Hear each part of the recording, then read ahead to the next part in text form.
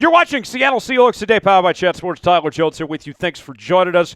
We have some movement on your Seattle Seahawks roster that we will break down.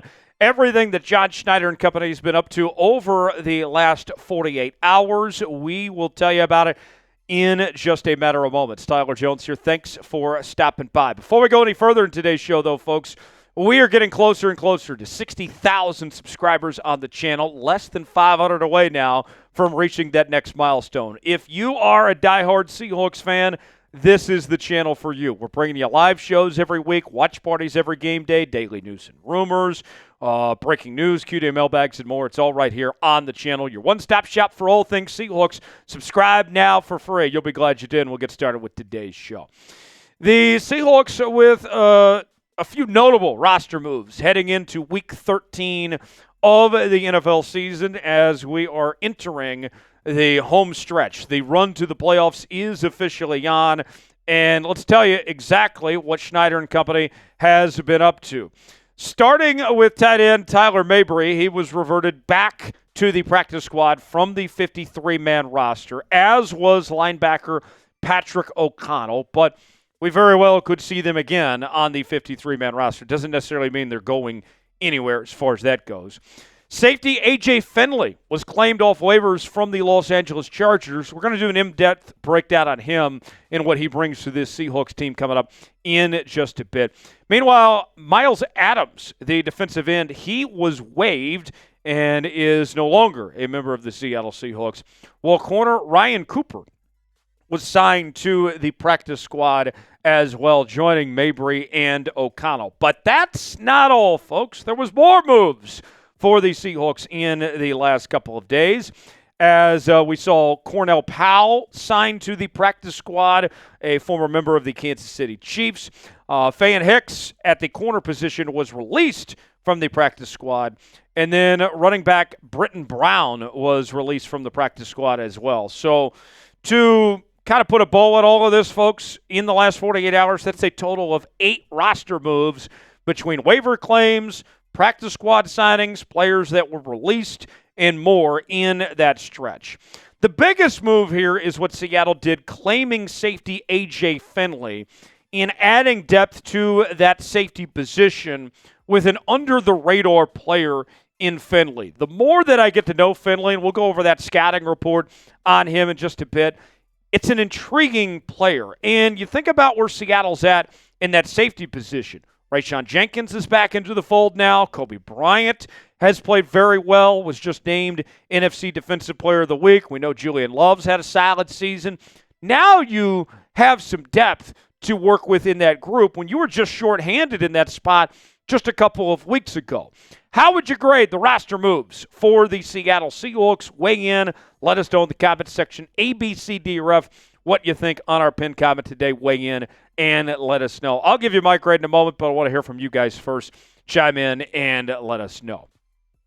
My grade, I'm going to go with about an A- here. There wasn't anything that I found that John Schneider did wrong with these moves. It wasn't over the top, but it wasn't underwhelming. This, with 8 roster moves, are all things that you can live with, and you feel like the Seahawks are in a slightly better position from here. So that's why I give it an A-. I like the Finley signing for Seattle here to claim him off waivers, and because he is a former UDFA and a guy that's on a very cheap rookie contract, this doesn't cost you a ton of money either to add him and add depth to his position. Let's tell you more about Finley. Undrafted in 2023 out of Ole Miss, signed with the Chargers, and in his 2 seasons in the league, he's had plenty of time on the field, 370 career snaps on special teams, 69 snaps on defense, a very nice number there. And he's played in 22 career games, 12 a season ago, 10 here in 2024. His numbers not earth-shattering by any stretch, just 13 total tackles, but does have a 1 forced fumble to his name as well. But as you get to know Finley a little bit more, when you look into the details of what he brings to the table, this could be an interesting fit for Seattle, especially if there's an injury or something. where he could potentially step in or having a role in special teams, they'll find some use for him. He's a very hard worker. No one's ever questioned AJ Finley's work ethic. He's got nice size and instincts. And you can't teach instincts. You either got them or you don't, and he's got them along with the nice size. So he looks the part. He quickly picks up assignments. For a guy that's joining this team here in late November, down the home stretch, this is a guy that will pick up things pretty quickly, that will get acclimated to what the Seahawks are looking to do here in this defense and finding his role in special teams and all that. Very good tackler as well. And, you know, what I find interesting about when I see a scouting report that talks about a guy being a good tackler, one thing that has grinded my gears as I watch football every single week, and this is not just Seattle, this is pretty much all 32 teams across the league. How much piss-poor tackling do we see each and every week across the league? And it's all over the board, right? It's every position, from the defensive line to the linebackers, corners, safeties. There is a lot of bad tackling. And I think, you know, not to go off on too much of a tangent here, but I think a lot of it has to do with you got guys that are not playing tackle football anymore at a young age, that they're playing flag football or they're not even playing tackle football till they're in high school. And I understand there's a safety element and all that, but to be a good tackler, that takes years of work.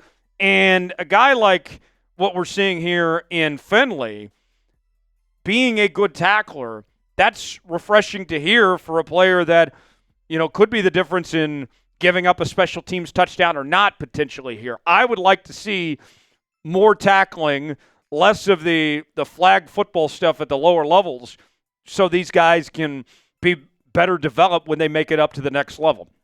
The big knock on him, though, is he does lack burst, and it has some speed limitations. So with that in mind, this is not going to be a game-breaking type guy.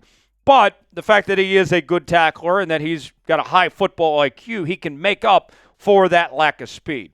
The other thing with this signing here, folks, there is no risk involved in this whatsoever. There's only good that can come of this. And with him being on a cheap UDFA contract, if he doesn't look the part, if the Seahawks feel like they can find somebody better for his roster spot, you move on from him and it doesn't cost you nothing. These are the type of signings I really like, just to take a chance, see what you have. You like the scouting report of the player, see if he can put it together. What is your one-word reaction to the Seahawks signing AJ Finley? I'll give you my one word in a moment, but want to hear from you guys first. Weigh in the comment section and let us know what you think. Folks, it is starting to get a little cold outside, right? And you might be looking for a gift for the holidays for a significant other or family, friends, whatever it may be. Give them the gift of some fantastic Seahawks gear. And I got good news for you, folks. Not only can you order hats and beanies in time for the holidays, but right now, for a limited time only, they have hats and beanies on sale for up to 50% off at chatsports.com/Seahawks hats. Here are some of the options. There are plenty more that you can go see on the website for yourself, as well as the rest of our Seahawks attire. Chatsports.com/Seahawks hats is where you can get these today. The link is in the comments and description of today's video. 50% off for a limited time. Go check it out now. Chatsports.com/Seahawks hats. My one word is solid. This is a solid move. When I look at the scouting report, I know that there's not a ton of film necessarily with him just playing 2 years and mostly being a special teams guy, but there's not a lot not to like about this move for Seattle. Sure, he's not the quickest guy, but he's got the fundamentals and the high football IQ. And now you look at this safety room for Seattle here. Rayshon Jenkins is back off of injured reserve, but Kobe is not losing his job after being named Defensive Player of the Week and having a fantastic showing against the Arizona Cardinals. He'll be playing alongside Julian Love and holding down those top two safety spots. Jenkins, a good depth piece. Reed, Finley. You got some players there that you didn't have at those positions just even a couple of weeks ago. So as the season goes along, when teams are losing bodies, what are we talking about the Seahawks? Well, they get Jenkins back. Uchenna Nwosu coming back to practice this week. We saw Abraham Lucas make his return. The Seahawks not only have played better football since the bye week, but also are getting healthier as they get to the home stretch, and that's a very good sign for this team ahead. For continuing Seahawks coverage, subscribe now to Seattle Seahawks Today for the latest happenings on your favorite team all season long. I'm Tyler Jones. Thanks for joining us. We'll see you next time right here on Seahawks Today.